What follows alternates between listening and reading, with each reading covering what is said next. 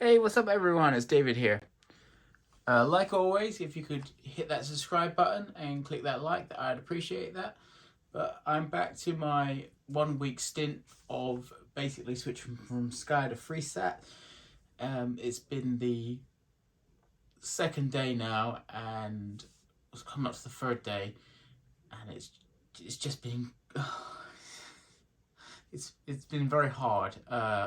So I can say. Obviously, the only channel that remotely I can, watch that semi kind of makes having no Sky okay is Channel 4 because it's got The Simpsons on it, um, as well as, of course, Pick TV, but that's got a bunch of old reruns that were on Sky 1, was now Sky Showcase, and have progressively moved into later seasons, or the actual shows have been dropped, all completely, like Stargate, SG1, off of the flagship channel, so to speak. So they're basically, it's just obviously the library that's in Sky's archive, or what they have an arrangement for licensing to air. So they just run it on the Pick TV, and basically to try and introduce you to taking up a Sky package, joining Sky, which it's reasonably good. I mean, there is a Pick TV and a Pick TV Plus, so if you miss it, you got a 1 hour time shift, and there is no Pick TV on demand, so it's only what you can watch, obviously, in the now.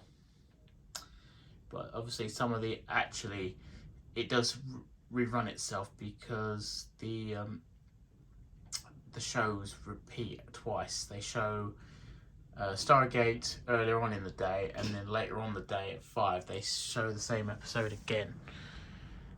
And so there's basically a certain amount of episodes that you show it during that day, and then they repeat them, which is uh, not the best. But like I said, obviously, Freesat is a free service, so it's covered in your TV licensing agreement with the BBC or whatever it is, because they're technically the ones that get the TV license. All the other channels are paid for by advertisers. So yeah, but obviously Freesat's now merged with Freeview, but they're obviously two separate service feeds. They're just under the same umbrella company now, and because BBC and ITV started Freesat, and it uses the Astra carriage, the exact same alignment as Sky. So if you got a Sky dish set up by Sky, and if it was to the old LMB type, not the wideband, the regular LMB, it's usable. You can just literally just change a box and then stop paying Sky. But one of the problems with the Freesat boxes was the fact that I bought the first. It was called the G1 platform, and because actually there was actually one before that, but basically they put in the specification that a Freesat box had to have an Ethernet connection, so an RJ45 socket, in order to allow for on-demand service such as a BBC iPlayer, an ITV hub, which was ITV player at that time, so that they could basically, you'd click onto a channel number. I think it was 903. And if it was connected, you press the red button, and that would bring you into a on-demand service. So that would bring you to either iPlayer or ITV Player Hub, and that was brilliant.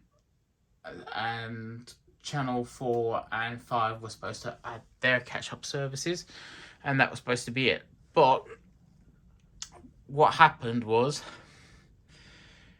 Freesat decided to do a G2 platform, and the other two broadcasters only went onto the G2.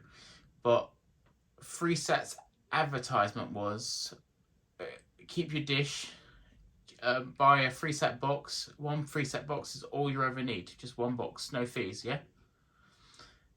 But you have to keep changing your box in order to basically receive the newer channels, newer on-demand services. So they never basically supported the G1, whereas with Sky, you've got the Sky Plus HD box, and that's still got on-demand services, and you've got the Sky Q box. Take notes, Freesat, So, but the other issue is BBC tend to close down their iPlayers. They keep upgrading it and changing it, and then they keep shutting down older devices, and you have to then keep buying new devices. And from a consumer perspective, you expect to get 10 years out of your hardware before you're having to change it. But obviously with these services, 5 years is the max that they'll give you. So that's one, obviously, the gripe for me for Freesat. So I bought all of these Samsung Freesat boxes, and then Samsung actually never went into G2 anyway, but I bought all these Samsung boxes, and they were it was working, it was brilliant. I thought, okay, this might be a way of basically leaving Sky, or basically just cancelling the multi-screen subscription and just having the one standalone Sky box. Obviously keeping it in the living room. But as I say, what happened was that it just didn't materialise on what they were advertising it for, and it became something completely different. And these Freesat boxes ain't cheap, the Samsung one cost me 250 quid, and that was on offer because I think they retail for 300, and that was in 2011. And wind it forward, the G2 platform ones, they cost anywhere between 200 and 400 pounds, depending on obviously what size hard drive you go for. But I think maybe the 400 pound mark, as I said, might be a bit steep. But with inflation and other things, it's getting to that point where that's how much you're going to be paying for a setup box. An actual standalone TV is cheaper, but obviously you won't have the hard drive capabilities on it.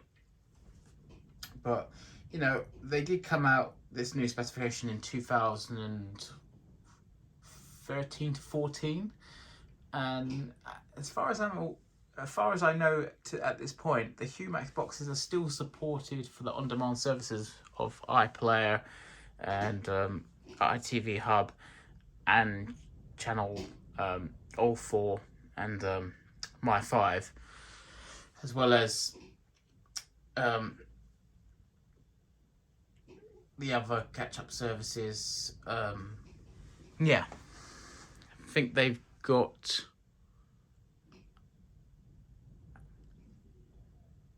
Netflix on there and a few, and Amazon Prime, but I don't think YouTube has got over the because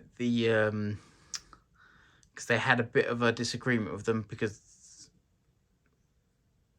sorry, I'm thinking of UView. UView had a disagreement with YouTube because of the use of you, like they own the word you, and but they own you. Okay, so yeah.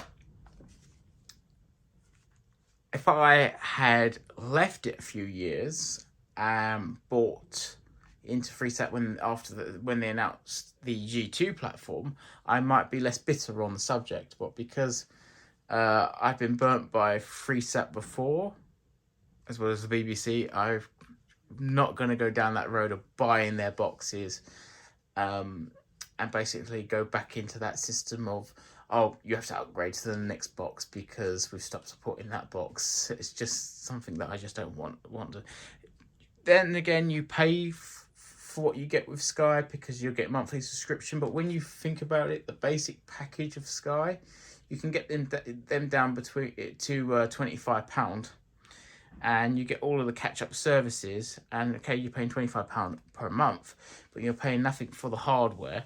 They're giving it to you for nothing. Your dish is all covered by Sky as well, and yeah, and your box itself.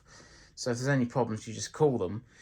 And okay, within a year, you probably would have spent the same amount of money for a Freesat box. So it's not looking as great, but then you've got to remember you are getting those extra services. So it's a little give and take. But anyway, so it's like I said, this has been the third day, and I'm finding it very hard right now. I'm struggling not to turn on my actual Sky Q box, but obviously I've kept my word and I haven't been using it. This is the honest truth. So obviously I'll be updating this in another couple of days, so we'll be on the 5th day, and then obviously the 7th day.